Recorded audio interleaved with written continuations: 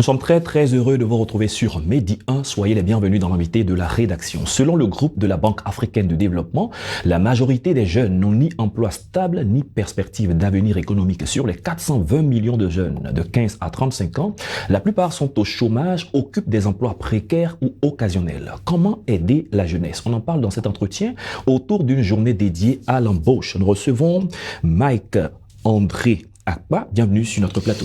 Merci Thomas de l'invitation. C'est toujours pour moi un grand plaisir de me retrouver sur Medi 1 TV Afrique pour partager mon expérience et parler d'emploi. Et le plaisir, il est partagé. Vous êtes fondateur et manager de 8 emplois, coach emploi et carrière. Effectivement. Alors nous allons parler d'une journée que vous avez instituée, qu'on appelle la journée de l'embauche. Nous sommes à la 4e édition cette année. Alors parlons de l'édition dernière.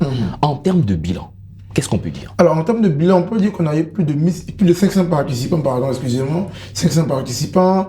On a eu 4 à 8 entreprises qui sont venues recruter sur la journée. On a eu plus de 500 interviews d'embauche qui ont pu se faire. En termes de retour, on est dans l'ordre de 70% de retours intéressants pour ceux qui ont pu décrocher un emploi grâce à un recruteur rencontré à la journée, ceux qui ont pu avoir un emploi en suivant les formations de la journée, ce qui peut également améliorer leur manière de rechercher un emploi ou d'améliorer leur manière de développer leur carrière professionnelle. Est-ce que vous êtes en train de dire que quand beaucoup de personnes estiment qu'il n'y a pas d'emploi, c'est pas toujours vrai parce que dans le fond, il faut aussi être formé. Et la formation a permis... Important, parce que je dis toujours qu'en Côte d'Ivoire, il y a de l'emploi en fait.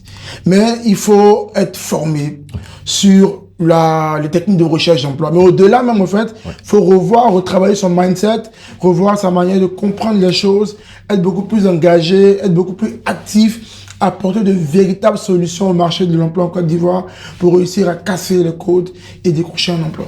Cette année, qu'est-ce qui est prévu? Alors, au contenu, on a déjà une préparation des candidats. Ça veut dire que lorsque vous vous inscrivez, vous payez un montant de 5 000 francs CFA qui vous donne droit à un abonnement de 1 an à la plateforme de e-learning de 8 emplois.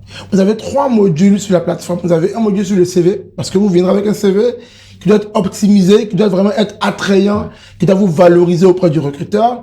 Vous avez un module sur l'entretien d'embauche, parce que évidemment, vous allez passer plusieurs interviews d'embauche en 5 minutes, maximum 10 minutes. Donc, il faut être prêt. Et il y a également un module sur accroître ta valeur. Donc, je disais qu'aujourd'hui, il faut avoir un profil qui apporte des solutions, qui a des compétences qui sont recherchées par le marché de l'emploi.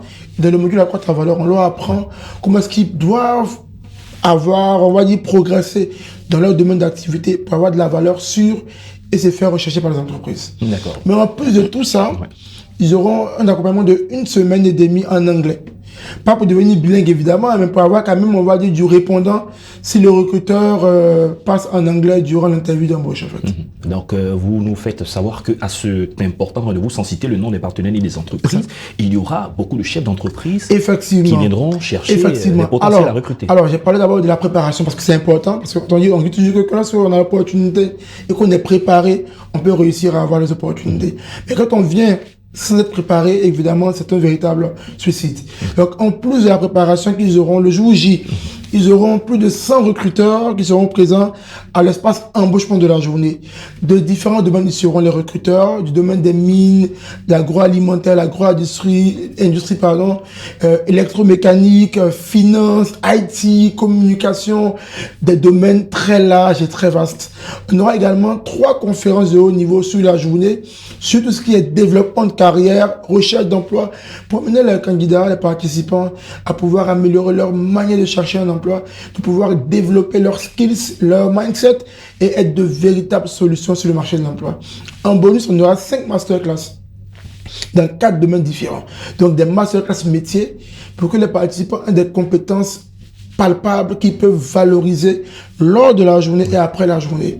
Nous avons choisi 4 domaines pour 2023. Le domaine de la comptabilité de la finance, le domaine juridique, le domaine de la communication et le volet digital qu'on peut inclure dans la communication, mais qu'on a voulu détacher du volet communication. Donc, c'est les 4 grands domaines où on aura des masterclass lors de la journée de l'embauche. Est-ce qu'à cette journée de l'embauche, on attend seulement tous les candidats qui ont certainement fini leurs études et qui sont prêts à entrer dans le monde de l'emploi? Alors, l'an dernier, on était à environ 60% de personnes en quête d'un emploi, donc qui ont fini leurs études et qui sont prêts à l'emploi ou qui ont perdu leur emploi ou qui sont au chômage depuis 3, 4, 5 ans. On avait environ 25% de travailleurs donc qui sont en poste, mais qui veulent avoir un nouvel emploi. Et on avait environ 10 à 15% d'étudiants en fait. Pour 2023, on attend plus de 1000 participants et on espère avoir 30% de travailleurs par là, des personnes en quête d'emploi, on va dire, environ 60% et environ 10% d'étudiants par là. D'accord, revenons sur ce que vous appelez le mindset, la façon de voir, la façon de s'auto-valoriser. Quand vous regardez tous ces jeunes que vous recevez chaque année, avec qui vous collaborez, pour qui les masterclass sont organisés, quel est leur état d'esprit de plus en plus ces jeunes? Alors, déjà, ils veulent qu'on les aide à tout faire. À tout faire. Ils veulent compter sur l'État, sur leur école, sur un parent. Certains se plaignent même que leurs écoles ne malheureusement, leur donnent pas de ils travail. n'ont pas un engagement fort. Je dis toujours que c'est vous qui devez faire le premier pas et faire l'action. Donc, quand je suis en quête d'emploi, je me demande mais de quelles compétences j'ai besoin et je vais les chercher. Si je dois participer à des masterclass, participer à des partages d'expérience, me former en mettant de l'argent ou en prenant de mon temps pour le faire, en allant travailler gratuitement pour des entreprises, en proposant mes services, en faisant des recherches, en intégrant plusieurs groupements où je peux apprendre, je le fais. Mais là, ils ne le font pas. La majorité attend de recevoir leur diplôme et que l'école les place ou que l'emploi jeune leur donne quelque chose ou que leur CV fasse quelque chose. Alors aujourd'hui, c'est différent. Il faut aller chercher les compétences. Oui, et quelle est l'importance d'accepter de faire un stage gratuit, d'accepter de travailler avec Mais parce qu'aujourd'hui, j'ai toujours que si autant de chercher l'expérience, on veut avoir le confort et l'argent, autant d'avoir l'argent et le confort, on aura besoin de l'expérience. En d'autres termes, on est autant, quand on est jeune, de chercher à avoir l'expérience, d'avoir des compétences réelles qui sont demandées par le marché de l'emploi pour avoir de la valeur. Là, dans 3, 4, 5, 8 ans, nous sommes une valeur sûre qui coûte très cher et que les entreprises s'arrachent comme un morceau de pain en fait. Beaucoup de personnes se plaignent du fait que certaines entreprises en recrutant cherchent des personnes expérimentées. Mais évidemment, une entreprise fait du chiffre. Certains se disent, mais je sors de l'école, si on ne m'accepte pas pour un stage, pour une entreprise fait du business. Moi, je dis toujours que si le marché de l'emploi demande 3 ans d'expérience, en se lamentant et en se plaignant, ça va rien changer. Bien entendu. C'est en disant, si on me demande 3 ans d'expérience, comment j'élève mon niveau pour, on va dire, arriver à intéresser les entreprises. Donc, en vrai, quand on dit 3 ans d'expérience, on recherche des compétences. On se dit qu'au bout de 3 ans, le profil peut avoir tel niveau de compétences. Mais j'aime le dire, on peut avoir 6 mois d'activité, 1 an, et avoir ce qu'on demande en 3 ans.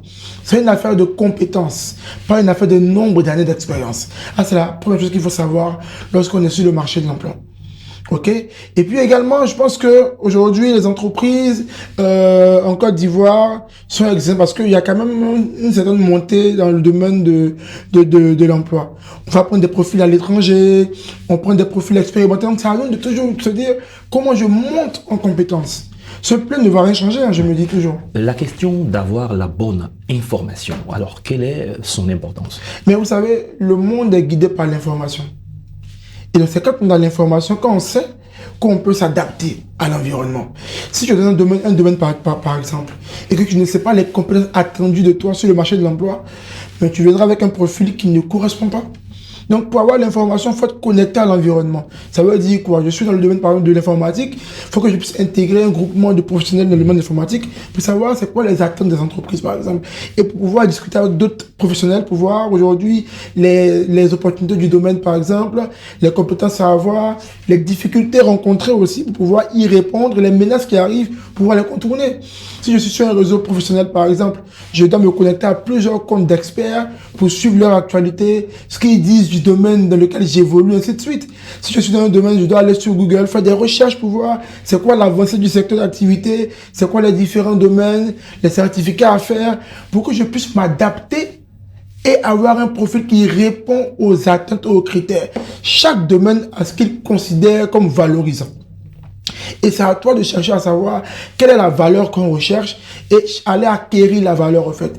On peut l'acquérir par la formation, par le partage d'expérience, en se créant une propre, on va dire, expérience. Comment on le fait? Si je suis jeune étudiant en communication, je vais me dire, ben, est-ce que j'ai pas des amis qui ont une petite entreprise? Comment je peux déjà travailler pour eux, là, apporter un plus en communication?